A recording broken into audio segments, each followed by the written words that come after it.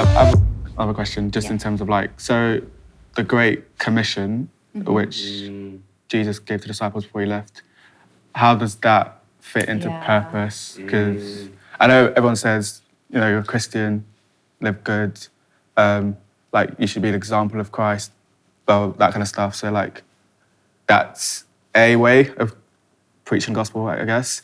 But in terms of like actually going out of your way to like, I'm at work this week, what can I do to, am I just gonna live as Christ and hope someone speaks to me, or am I actually gonna go be that annoying Christian, which I'm scared to do because I don't do it. It's just kind of like, I don't know how to, like, I was having a conversation with someone this week or 2 days ago, and then she was like talking about how her fiance's mum was at their engagement party, and then she was like going around like telling people about God and trying to convince people to like, not convince people, like evangelize to people. And she was like complaining like, oh, I can't believe she's doing that. Like, what, like why is she being like trying to convert people? Like, and I'm just there like, well, I'm a Christian and I actually understand what she's doing, but would I do it? I didn't say anything, I just stood there like, yeah, annoying, isn't it? So like, how does that, like, because we're supposed to do it, and I guess that's what Jesus told them to do, is like the last instruction, but it's like... What do you see though as what Jesus told us to do? Like when you think of the Great Commission, what do you think that was?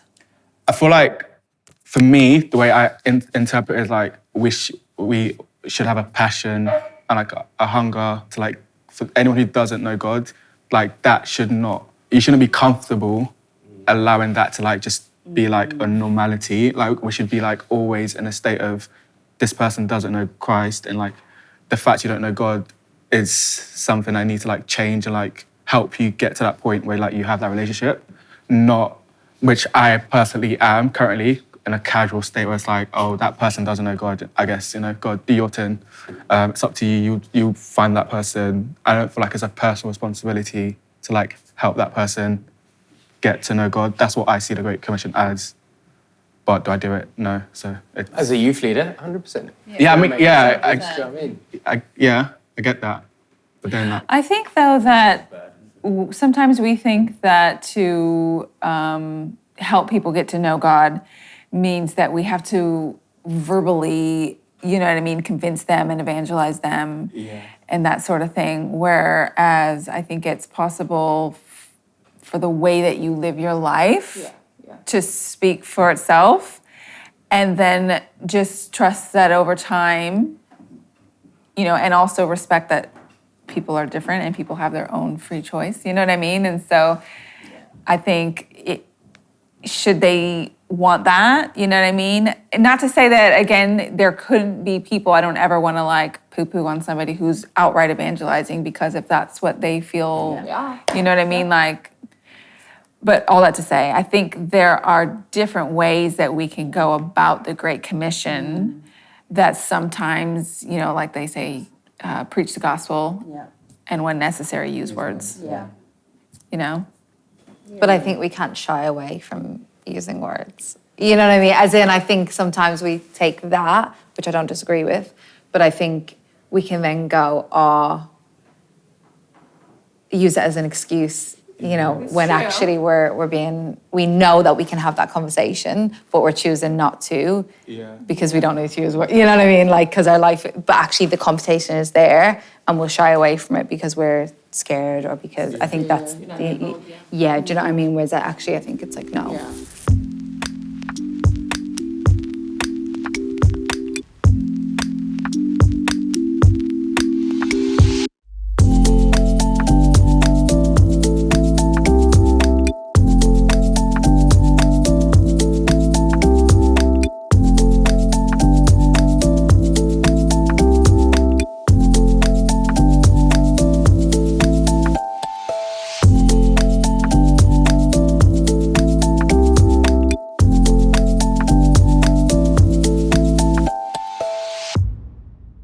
I think as Christians we have to be bold, but not be in your face, because we don't want to offend. When I was in hospital, my mother came to visit me, and I was in a ward with back in the day, you know, it was about 10 people. And my mom came and she prayed for me. And I said, let's pull the curtain. And my mom said, oh no, we want everybody to be part of the prayer. And I'm like, oh my God, okay. So she prayed for me, and then she decided that she felt led to go and pray for every other person. So she went to every bed, and I was like just pulling the cover further and further over my head. And I'm like, why am I embarrassed by that? I was totally embarrassed by what my mum was doing. And when she came back over, I said, Mum, that was really embarrassing. She said, I'm called. She said, the Bible told me that, she said, the Great Commission is to preach the gospel, talk to people. I'm fulfilling, she said. And I couldn't deny what she was saying. Was it for me, though? Because after she left, people were like moaning to the nurses that this woman's visitor had come and they'd done this and they didn't want this. And the nurses came and had a word with me. You know, it'd probably be best that she doesn't know. But she felt passionately that that was the commission. So I won't stop her doing that. But it wasn't for me. However, if I sat next to someone and I felt led to have a chat with them and I would start a conversation, then if it came about it, then if I felt fearful, I'd try and fight the fear and say, look, do you know Jesus? I'd try it, I'd try and fight the fear and ask them and just, but a lot of time we do kind of shy away, right? Yeah. Because of fear or because we're in people's face. And so you can actually turn people off at the same time. Which is why it seems all the more important to make sure that the fruit of your life. That's right. Yeah. You know what I mean? That the way that you're living, it says they'll know you by your fruit. Yeah. You know, and they'll know that you're my followers because you love me. Yeah. Because of your love for each other, right? That's right. And so I think you've got to let that match. Yes, exactly. And that almost has to be louder. Yes. I think. Yeah. I feel like there you can go. No, because then I was going to say, and because then, the jobs that we had that we thought, were they have a purpose or anything like that's when people can see you and see you living out your life, and then because I've had jobs like such random jobs, like working in a gym reception and the conversations that I've had, not from bringing it up, not from nothing, just from actually just being kind. Do you know what I mean? And then they're like, but what did you do on the weekend? It's like, I went sure. Oh, no way. Like, da-da. And then actually and I think that's such part of what we're made to do and can make a not so good situation. Okay, there was purpose in that, Yeah. So. I can agree as well. Like for me, I know like going through uni, like the embarrassment of like, being the Christian, it's kind of like, you don't want to be seen as a Christian. You want to like be cool and like edgy and like you don't want to like miss out on certain conversations, that kind of stuff. And I kind of like phasing out of that into work and like being trying to be intentional about I'm a Christian, that's who I am type thingy. And like you said about like your actions and stuff, and I feel how you live your life kind of gives weight to what you say, because if you don't live accordingly and you're talking, it's like it's a hard like I'm not really sure I'm gonna listen to you, but if you're like living, being Christ-like, and then you speak, then it's like there's actual like vim and like volume to it. But at the same time, I feel like you should still speak because you can't just not live, if that makes sense. It's kind of the right balance of people more like to listen to you when they like see, okay, cool, you're not just talking. They're more, I don't know. It's like you're not just like someone who's just waffling like on the street, and having that relationship as well with them allows them to like.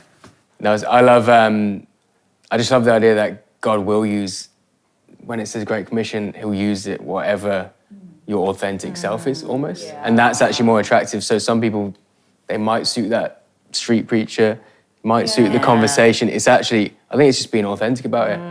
Like your mom, she felt called to pray, so that was authentic. Yeah. Whereas if you did that, you might not be like, that's my authentic self. So I just think, as long as we're real and we feel like this is my authentic self, this is how I lead people. Yeah. As in, everyone's different. Like everyone in the world is so different, and we just think, but this worked for me, so that's gonna work. Whereas it just doesn't, which is wild to even think about. Or you don't know what, like, your mum praying for those people. That's somebody then a few years later might be like, oh, do you know what? Like one time Slavery. and I'd like that right now, or I need that right. You know, it's just, you just don't know. But again, going back to your thought, as long as we're our authentic selves, like, and walking with God, then we'll. And I do love What just could on he that, do, like you even know? when you say, you could say something in the moment and it's like, oof, it didn't land, but it could be years later. Like when we do school stuff and then we've heard stories of like, people would hear something in school about Jesus and in school they're like, I didn't really care. But then when they become an adult and they hit something, they're like, I remember that moment in school they spoke about Jesus and...